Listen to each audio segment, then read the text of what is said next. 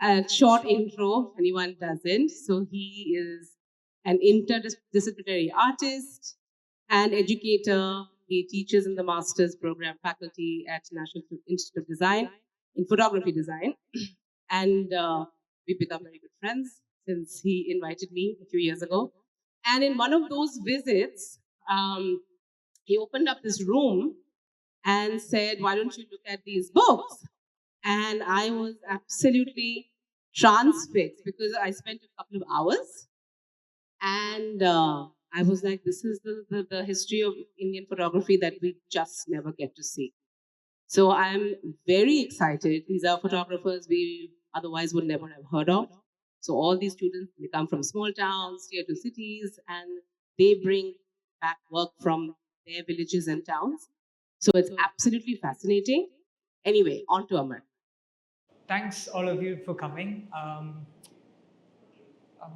I think I'm going to do a experimental way of scenography in terms of moving around, because there is the screen which I want to show some snippets from the photo archiving dissertations, and then there are some set of books which you're also will also be available throughout the programming of the 3 days.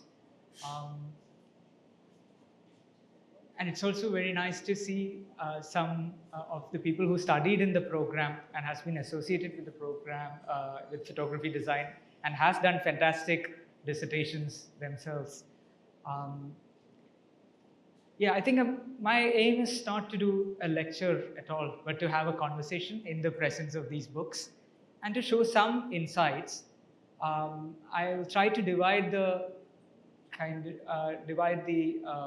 conversation into 2 sections. One is to sort of foreground what photo archiving dissertations at NID is, and stay with the pedagogic and the classroom a little bit. The second is perhaps the start of this new project, now that we have around 100 such dissertation books as we see, to start to beachcomb through these dissertations, find out interconnected ideas,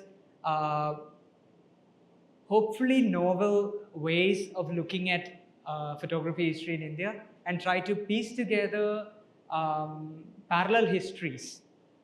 And I couldn't think of a better avenue to sort of open that stream of thought. Many resonances from today morning, both from the panel that I was moderating and from Arpanda and Varun's very eloquent sort of presentation, which we will come to. So just for context, NID, National Institute of Design, Masters in Photography Design program, has one of the key focuses is on history of image, and what one may call local, vernacular, or hidden or marginalized histories becomes a key equator for the classroom to move along to. So the students do their dissertation post the 4th semester, but I think the preparation of it, the premise of it starts in the 1st semester itself, where students are exposed to history of imaging. And I think at the program, we really think that there are no hidden histories, there are no absent histories, but rather there are marginalized histories, and there are histories that has to be excavated rather than found. We work with this kind of approach to sort of sensitize the students to not think of photography as the other, but something that we all imbibe in and work with. So the history of imaging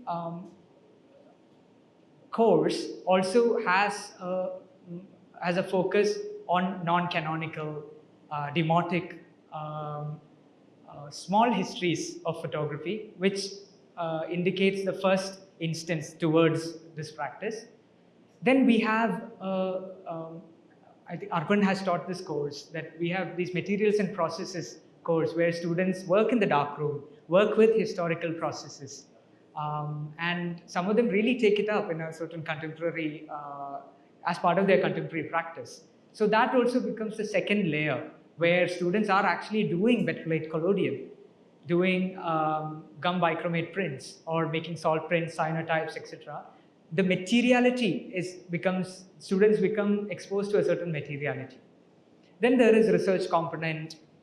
Students think about their own native places or histories and geographies that they are connected to.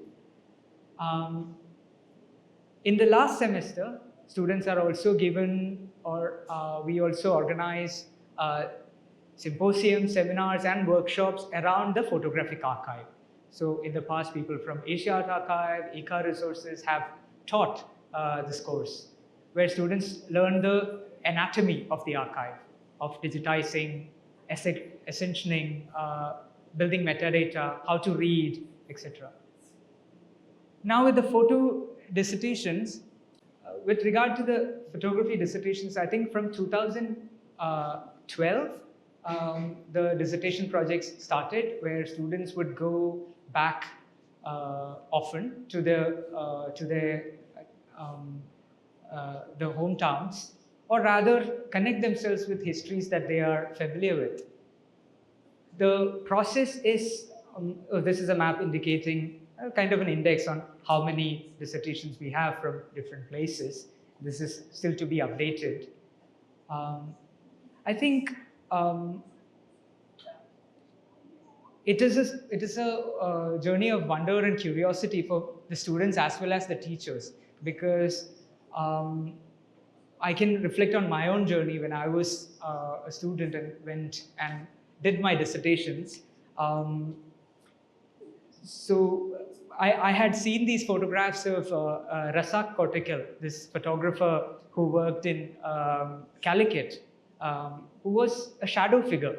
He was behind the production of what we may call Kerala modernity or Malayalam parallel cinema. But as the still photographer often was not acknowledged by systems, especially before we started to study photography, this became a kind of mysterious hook for me. I had grown up with these images, and a little bit of research took me to a photo studio in a bus stand in Kottakkal in Malabar, which is a nondescript town, right? Mostly famous for the Ayurvedic hospital called Aryavaideshala. And there, what awaited me was a studio that was run by the late Rasak's wife and his studio assistant, and images in the form of prints, negatives, early unsuccessful attempts to understand Photoshop and scan in CDs, floppy disks, etc. The person died of a heart attack when he was actually a very much practicing photographer.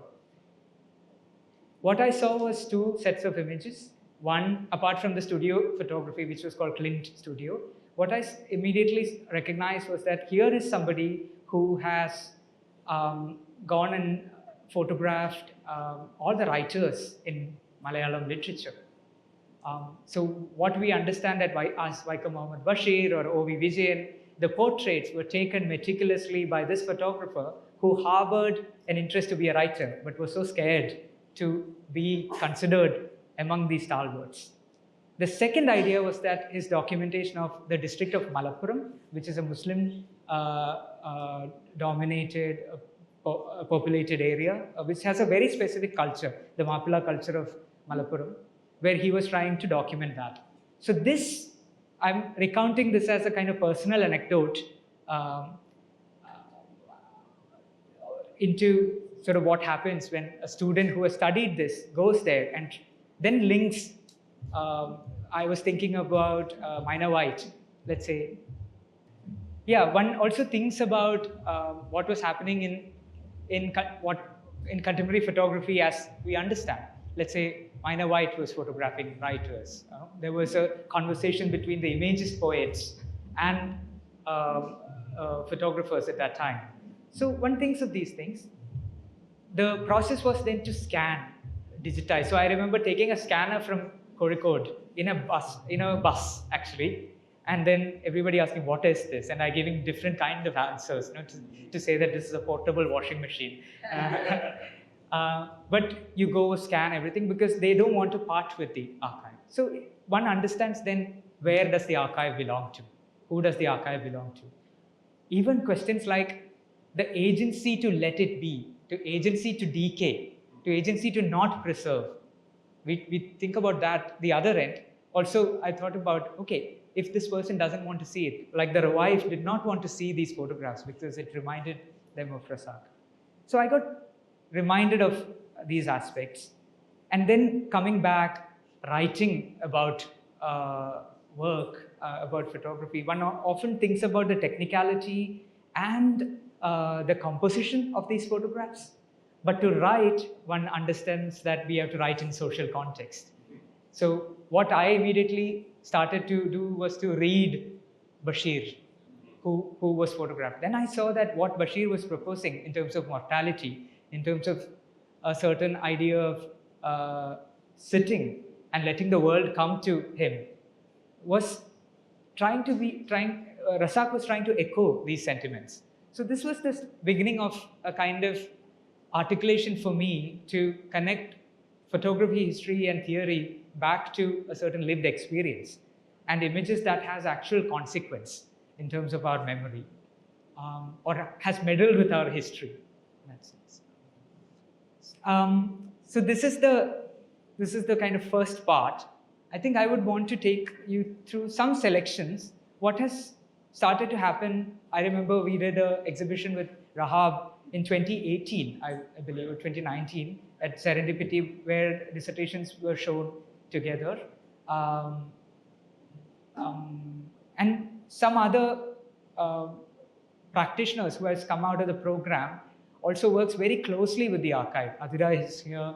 I can think about Abhishek Kedekar, whose work has also responded to their dissertation in a very interesting manner.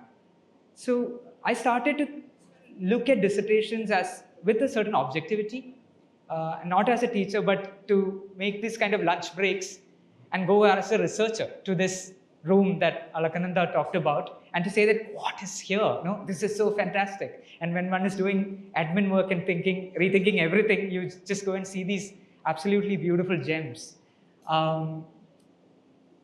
And what is beginning to emerge are these interesting genres. One set is the usual, the photo studio, the press photographer, the still photographer of cinema, etc. The other are these photographer figures, which has become the crux of the inquiry for me. Who are these photographer figures? Who, without any photo education, without a photo culture, without much, always being the shadow figure to either literature or cinema or something else, who are these people who educated themselves and try to make these curious, cohesive bodies of work? So I've been trying to learn a little bit about that. And you will see that there are these transgressions between a still photographer and his role. There are also strange things that appear in the family album. So first I would show you two sets of two examples. One book is there. I don't think we can all move and see the books, but I would encourage you to see Tamojit's work, very beautifully titled, My Father Bought a Kodak. So Tamojit's father, Pritijit Vardhan, had twins, Tamojit and his sister, in Kalna in West Bengal. And the day they were born, he bought a Kodak camera and started photographing them. So you will see in the dissertation, what happens is that these fraternal twins, one boy and a girl, starts to be equally dressed, identically photographed, and as time passes, they start to drift apart. The gender takes over in a certain sense. Shy awkwardness takes over. But what is also so interesting for me as a negotiation is how to study and see something so intimate, and so well done. And I always think of also contemporary photo practitioners, even big names, iconic names such as Nan Goldin or Richard Willingham, who's looking at family in a certain sense. So to think of this kind of intent of photographic narratives and their readings when one compiles it together, which is quite lovely. So this image is Tamojit photographing the ephemera, which I also think is really interesting to see Gupta Bookshelf and Studios, how the plastic cover, the cellophane, the sleeves, all of that kind of work out. The second is something from West Bengal. We go to Kerala. Siddharthan, one of our alumni, Siddharthan looks at his, he had no doubt, he immediately knew what he wanted to look at was basically his father who started to date his mother when they were pre-degree students in a tuition class in Alapura. And Siddharthan's father, Mr. Prashanthan, actually photographs his mother, Ganga, in a tuition class and starts to photograph her through the decades. So the dissertation features the archive of this amateur photographer just photographing his wife. And then the kids come in. And there is a kind of quiet, the space that it occupies is very interesting because it is a record, but it's also so intimate that one sometimes tend to shy away from looking. So again, resonances to the larger canon of photography that really intersects or interacts with family album as a gesture, as a lexicon to make work. Divya's work suddenly comes to mind looking at family. And there are, I just want to do a sort of time jump back to other families who at the time where photography was not that democratic, who could be photographed. So this is, again, we have the dissertation, fantastic collection by Purnima Mar on the Chamba plates from Chamba in Himachal Pradesh, these wet plate collodion photographs from the collection of Mr. Dev Barotra. So you see how, you can see how also the idea of family, the scale, the composition, the affinity towards the camera changes, posture changes, the event itself changes, where Siddharthan's mother sits on the kitchen counter. These ladies are waiting for this big event that has a lot of consequence. Again, another very interesting but rare in the dissertation collection to look at a royal collection. I think there are only 2 or 3 photography dissertations which looks at royal photography because it has been documented and is a bit canonical in India's photo history. So this is Sheikh Muhammad Ishaq's study of the royal family of Tanjore. So again, quite lovely to see these photographs. Now we go again, I'm also pondering again at this photographer figure, often the father who distances himself and is absent. So I can see that a lot of dissertations don't have the father's photo in the family albums because there was a kind of idea that the father was the photographer. There are rare photographs where the father is awkwardly sort of in the image. I'm also thinking about this small town photographer figure, which is an invisible thread that goes between one who is not celebrated, one who has picked up very mysteriously aesthetics, visual culture. In a place like Badagara in Kerala, which is still away from centers, the nearest big city is Calicut. This school teacher called Ramakrishnan Nambiar photographs his school. He is a headmaster in a government school. He photographs the school, the sports day, the annual day, but also makes these absolutely alluring portraits of his neighborhood. And there is something so so gentle here. No? There is something that the civil contract there is thought through. Maybe not in a theoretical sense, but in a kind of pragmatic sense. Abhishek's work, we were speaking about this, Varun. Abhishek was a very interesting photographer, caretaker. He looks at Subhash Kolekar, and I really love the title of this dissertation, The First Photographer of Dapoli. And often that was the case. Who was the first photographer of this place? Who bought in the camera and set up the darkroom in this small town in Dapoli? Probably went to Bombay and to come back. And what were these negotiations with the local population? So Kolekar actually ran a photo studio, but he was also the go-to man Friday for any event. So somebody died, he would photograph. A pickle factory is opened, he would photograph. Somebody wanted a passport size photo to apply for higher education, he would do that. So to think of the photographer's role as being such a clear and demarcated idea is fascinating and idyllic to think of. And then we think of photo studios. Let's say the Mona Lisa in Town by Shampa. She goes back to her father's village in Orissa and looks at the work of Chuttu Pada Modak. And the studio is very beautifully called Studio Mona Lisa. And these photographs with a very rich and skillful person doing the photo painting, who is not actually named, and which also I understand is a larger history. One of the absent histories in Indian photography or studio photography is the hand-painted gesture. Who does that? How does it happen? It was also interesting to see Arpan's sort of work in conjunction to this. And then another very interesting story of a studio, epoch of studio craft, looks at Darshan Gandotra from Jammu. So mind me, I'm just doing a kind of selection which is a bit haphazard. It's going back and forth regions. So Darshan Gandotra was this incredible photographer who ran this photo studio called Regal Flash Photo Studio in Jammu. He would take annual trips to Bombay and update his wardrobe.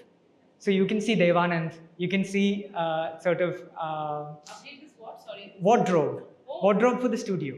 So he would come back with props for the local populace to sort of adorn themselves. So they could select a cigarette, they could select watches, they could select. Yeah, they would dress up. Yeah, and he would have also references in magazines of how in one of the interviews that Rohini does, the student who went and did it, that they were fixated on Dilip Kumar and Devanand, and he gives a tight competition, to the film stars. So, but in this dissertation, when we were working, there was one set of images that caught my attention, which is this, which is basically that Darshan Gandotra, for some strange reason, went and photographed all the storefronts of other photo studios in Jammu. And I'm immediately thinking of Beshers. I'm immediately thinking of, many references that I as a photo student looked at, the storefronts, Edrusha perhaps. Ajay, yeah, absolutely, Ajay. But even if you come a little closer, you can see how detailed these photographs are, Because what is happening is that the surface of the patina of the photograph actually has more photographs in them. So it's a kind of a Luigi Giriesque moment, and a kind of early ominous kind of image of what to come, where we would be in cityscapes where there is no way we can escape seeing a photograph. So I really think that this is also a very interesting thread. And these misgivings by the photographer in history later becoming something piercingly contemporary. Another very interesting thread that I would like to sort of highlight, and we can see that in many dissertations, is this relationship between literature and photography. So often photographers, and we have many examples, have this dual relationship between cinema and literature. Whereas cinema has like a kind of, the aura of cinema sort of draws the photographer to the set, and they become the second photographer after the cinematographer. Literature is very interesting because here, for example, Nathan Studios, Adi Moolam Perumal, a photographer in Kanyakumari, is fixated by this very, very respected poet called Kavimani in his local town. And he goes and keeps on photographing, asking him to sort of pose as a writer with the pen. So if you look at this, the performance in this photo, it is actually to indicate genius, to indicate that I am a writer, I am thinking, I am contemplating, to sort of have the figure of the writer. Here also, you see that a fellow poet visits Kavimani. And we know enough about history of photography that this is not a candid photograph. The light has been arranged, right? The chemistry has been thought through, the composition, everything. So what was the impetus of that? One wonders. And then this is again going back to where I started, for this because it's also resonating with that other dissertation of Rasak Kotikal photographing Vaiko Muhammad Bashir and Kovilan, both incredible giants of Malayalam literature, who had a say in the public life and conscience of Kerala, but sitting ready with their pen and paper, bare-chested, writing outside in their sort of in their kind of very comfortable easy chair. It's also a critique of perhaps Malayali modernity, that the male genius figure, which was so celebrated, overshadowed a lot of other voices, which is now, at the hindsight, other than Kamala Das, there were no female photographers that Rasak photographed. But what is so interesting is the encounter, the event, the attempt to correlate the image worlds that the writers draw up through their literary pieces, to correlate that to the figure of the writer, which I think is something that we can really think about together. So in Bashir's case, it's really interesting. It's like Gandhi, there's a kind of figure, there's a kind of icon making which has happened. So I really wonder if people like Punarur Rajan, Rasa Kotikal, their icon making of Bashir led to the aura, or added to the aura of Bashir's writing. The other set is actually photographer as a still photographer. I really like the term still photographer. I think there is something to there, that you don't concern yourself with anything else but with stillness. But the still photographer is a very interesting figure. I know that many of us would have done this as part of a film crew, and we saw in Varun's presentation Ketaki's and Jyotibai, work.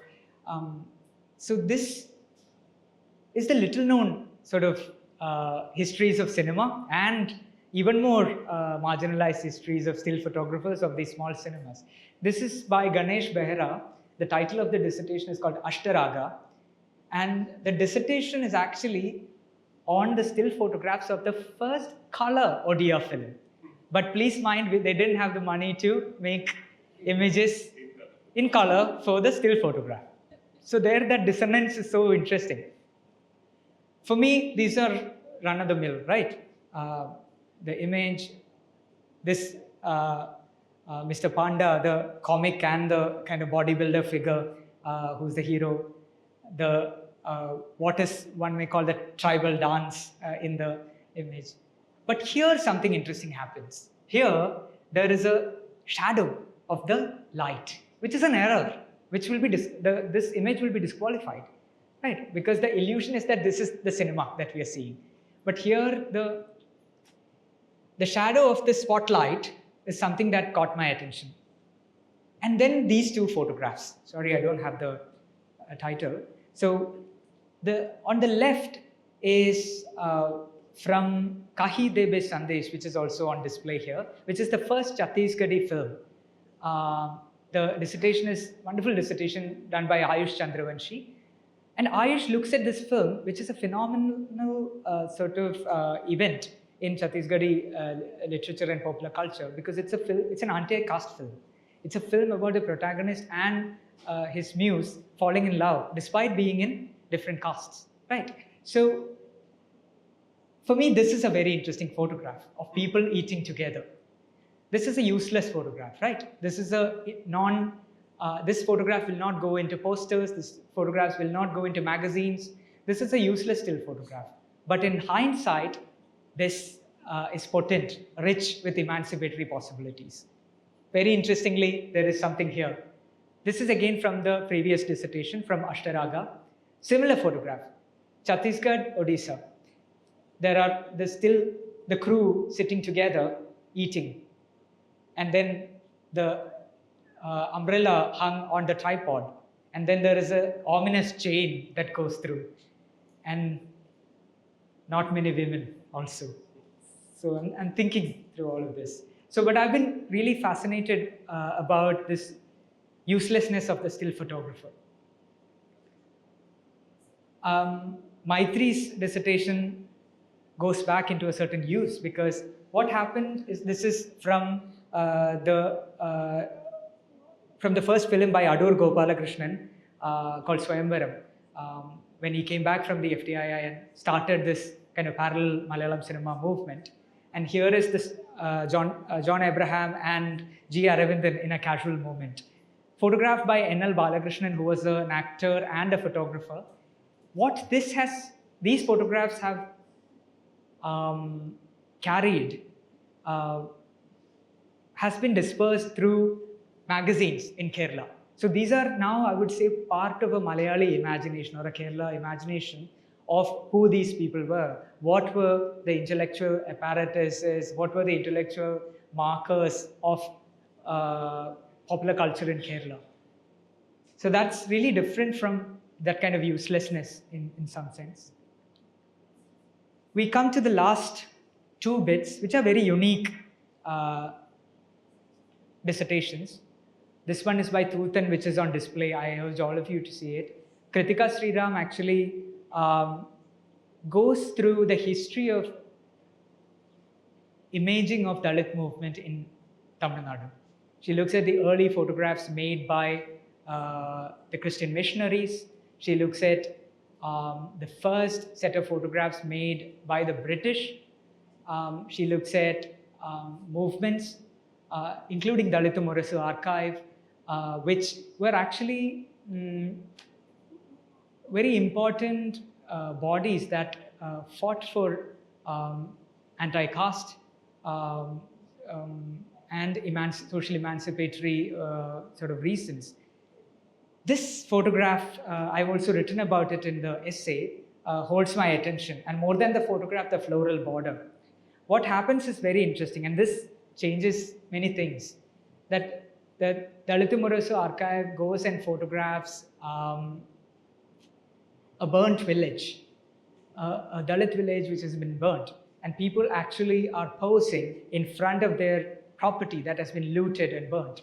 And then these photographs are now given to the local photographer who, this is early Photoshop, who is printing in analog, but can do the digital border, which is a floral border.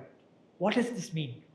It opens up so many complications. The apathy of the process, the transgression or the gaps between analog and digital, the idea of what does the photo object, where does the photo object end?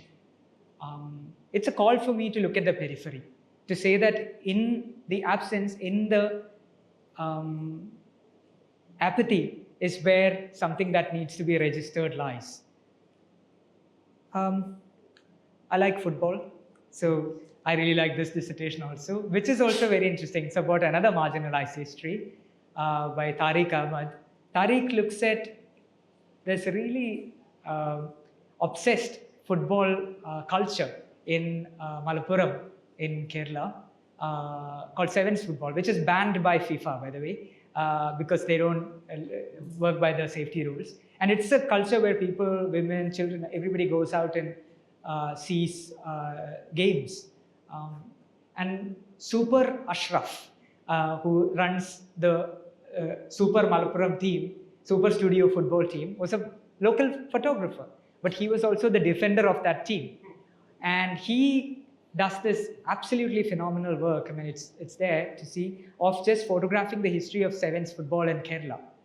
And what happens is also a new register of photography, which doesn't have any, which is just a collection, which is a set of documentation of something so universal as football, and something so in the vessel of something so local and rooted.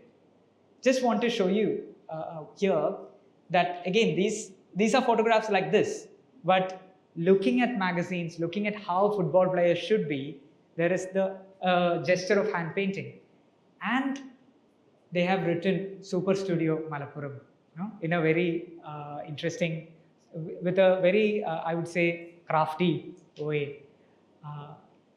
So yeah, so I think this is where I end. I urge all of you to look at the dissertations, and I'm around if there is anything that I can answer. Thank you.